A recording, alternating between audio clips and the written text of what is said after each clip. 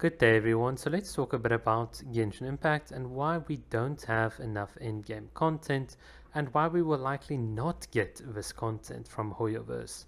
Currently in Genshin Impact, in-game content is related to the Spiral Abyss Floor 12, and in essence it's supposed to be the testing grounds for you to say, well, I've put in all this time, I've put in all this effort and in some cases money, and what do I have to show for this? And this is where the end game is supposed to come in, where you can, for either personal reasons or for social reasons, sort of show off what you've done and in a sort of certain sense justify spending all of this time in the game. So what's the problem with the current in-game content? Well, we don't have enough of it. We don't have enough to fully test all of the teams and all of the units that we've built, and some of the community suggestions for improving this would include stuff like adding more floors to Spiral Abyss, adding more mechanics. In other words, we can have, like, let's say an infinite mob that spawns in, and the more you kill the higher your score, or something like a survival mode. I think there are also some other good in-game events, for instance like Mystic Dungeon, where you've got this random dungeon that you need to go through. If they can procedurally generate that, it'll be awesome as a gameplay loop. And then stuff like Energy Amplifier Vagabond, where you can adjust the difficulty and get like a score if you can clear it. In other words, it's almost like a point of saying, well, how strong is my account? And then you can gradually, as you get stronger, make the difficulty higher and higher, and hopefully get good rewards at the end. I think that's also something that we're missing. So this is the end game content that we want.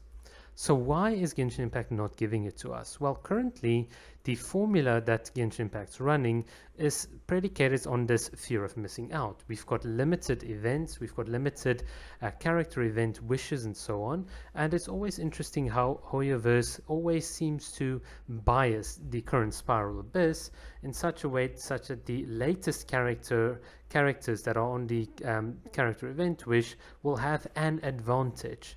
It's not necessarily that they're going to be the only characters that have an advantage, but it's very deliberately sort of set up for people as a bit of extra motivation to sort of get the given character. And I think the fear of missing out on limited time events and time-gated events is precisely the way Genshin Impact gets people to log in daily, to get into this routine of playing, because the longer we can get you to play, well, the more likely it is that you will eventually sort of spend, because you want this, and to get this you either have to grind quite a bit.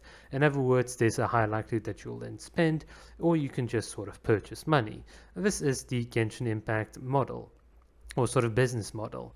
And what's even worse is that there are content creators that tacitly actually sort of promote this, and this is where things get quite a bit funky. Content creators are people that make content on the game, and hence their revenue that they get in any given month is also sort of reflected in terms of what the content is in the game that they can cover. So obviously if there's a lack of content, content creators will be very vocal about it, because it does affect their livelihoods, even if they don't want to sort of tell you. But I do find that this is always a bit like weird and contradictory, because people that are advocating for more in-game content are the very people that do stuff like, oh my god, luckiest C6 summons, or worst summons ever, stay away from the weapon banner, or I gave a giveaway, and look at this giveaway, my subscribers got his C6 icon that he always wanted, oh, we're all happy. This is exactly the problem. People are doing guides, they're doing all these sorts of things in terms of promoting this fear of missing out by showcasing the limited time event characters and banners and teams and so on, and that's precisely what perpetuates this business model. In a certain sense, what the content creators should do instead, and this will obviously never happen, but theoretically they should all come together and tell Hoyoverse, listen, we're not going to cover Yellen until you guys fix the end game, until you guys give us a reason to promote this content. That'll be actually cool, but we know that will never be the case, because content creators have a financial incentive to cover whatever there is available, because that's the only way they'll get really money and so on, barring playing other games, etc, etc. So I certainly don't I'm always skeptical when content creators are like, we need more in-game content, because they are the face of the community, and arguably they've got the power to change this. And since they're not doing it, well, we're always going to get stuck with this business model.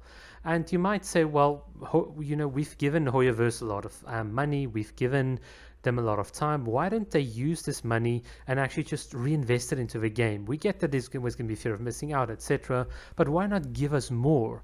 Well, this is the thing, this is a bit of a sobering reality. If I was sitting on the board of Genshin Impact or sort of Hoyoverse as an investor, just looking from the outside, not as a player, I would not change anything. Why would I dedicate my time to do more development when I can just create a new game and tap into a wider audience in terms of the market? Just like diversify your investments. Why not?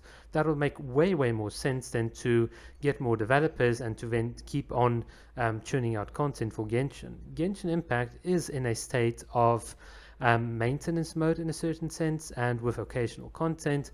And Hoyoverse is happy; they've made more than enough money. They did the money we gave them as players, and as free-to-play players via watching their ads and so on YouTube and Twitch, etc. All of this money, there's like no there's no legal contract for this money to actually be reinvested into a game. Once they've got the money, they can do with it whatever they want. So to say that they need to reinvest it into a game, that's just what we all want, but they've got no obligation to do so, and they know they can get away with this because of this thing called loss aversion. Once you're invested into the game, it's difficult to stop. It's difficult to miss out on a daily commission. People have spent a lot of time and in some cases money, and there is this fear of and loss aversion, and Hoyoverse knows it. They know it really well, so they can get away with creating another new FPS shooter game apparently. So this is just like hearsay and so on, but this is the problem. They know that the current model is working, it brings them in money, so why should they really have any incentive to give us what they want, what we want?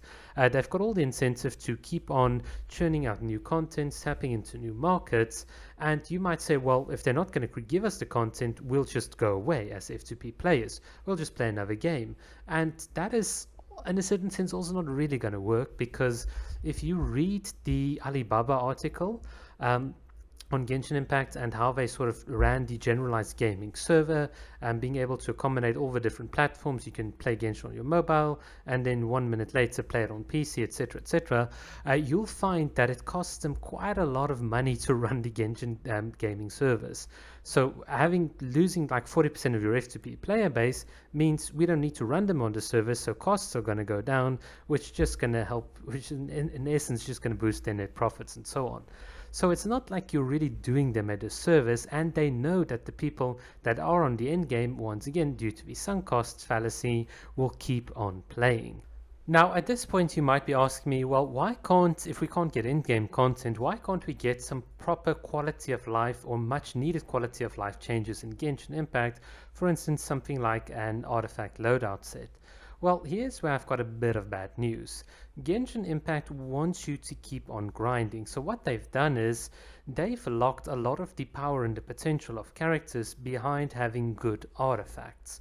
And the way in which artifacts work in Genshin is that they've got RNG upon RNG upon RNG.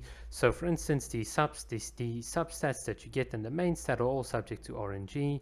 The type of substats that you're going to upgrade are subject to RNG. There's only a 0.1% chance that you will get 5 hits in a row for a specific substat. And even if you do get all 5 of them, there's also a variable range for which those values can go up. So for you to get the maximum possible artifact is kind of difficult. It's grindy, it's going to take a lot of luck. Even if you pay, you might still not get what you want. And even then, you've only got 1 out of the 5, because a character needs 5 of these, and you've got a ton of characters in the game, so yeah, good luck. You'll forever be grinding. And this is why they don't want an artifact loadout, for example, because they know if you've got an artifact loadout, the player can suddenly track how far they are with artifacts, and then they can make a conscious decision not to grind any further, and that's what the game doesn't want. There are definitely deliberate design aspects in Genshin Impact. The clumsy artifact system being one, that makes it difficult for you to mentally organize what you've got. And that's because they want you to keep on grinding. They want you to keep on playing. They want to make it confusing. They always want to give you a reason to keep on going. The moment they give you all the tools and the item sort of ability, how can I put it? Once they give you all the tools necessary to organize your thoughts and to think a bit about the game, that's sort of when they'll lose like their hold on you. And this is the big problem. Your progression will then be something that you can think about a bit more clearly about, and that's what they don't want, because then you'll be able to stop at the appropriate time. And that's sort of just my take on it. But I do think that's why certain quality of life features are just not going to be given to us, because they want to keep players playing. And I think this ties into the monetization of the game as well. If you've ever thought, why do they give us this whole BS thing of dividing by 160? I mean, dividing by 10 is difficult enough for most people, if we're honest. So dividing by 160, you can imagine, is really, really confusing. And even if you do divide and you buy all the crystals and whatever, you can see here, you get an uneven amount of wishes. You'll never have enough to get you to pity. So it's always like, if you buy this crystal pack and you buy this crystal pack, you'll be at about like slightly, you'll have just enough to be at soft pity. So buying the highest pack will never ever be enough, and that's also another deliberate design mechanic. It's how the wishing system was designed. All of these things are uneven, they're difficult to track. It's always buy crystals, then convert to fates, and then finally make your wishes. And for a lot of people, keeping track of these things is difficult, and that's how Genshin Impact wins, because for you not to keep track of what you're doing and so on, by adding all these systems and complexities, is exactly how they can keep you by letting you sort of spend more and more until you get what you eventually want. And all of these things are deliberate. There's nothing that I've sort of pointed out here that is revolutionary and so on, but it is intended to make things harder and, by extension, keeping you hooked and into the game. Because once you've already spent money, it's very difficult to just say, oh, listen, I spent the money, I was an idiot, let me just stop, because of sunk cost fallacy. So Genshin Impact is a perfect example of predatory game mechanics, and these predatory game mechanics in essence influencing the type of content that we get in the game. And from an executive perspective, from a Hoyoverse perspective, this is good enough, since the monetization model keeps working. Until such a time that it doesn't work, we won't have the content that we need. And that is it for my story. I know, like I said in the beginning, there are many facets we need to cover, but this is sort of how I see the game. There are a couple of aspects that are baked into the game that will just scream, you will never get what you want. And I think that's the biggest lesson to learn from Genshin Impact.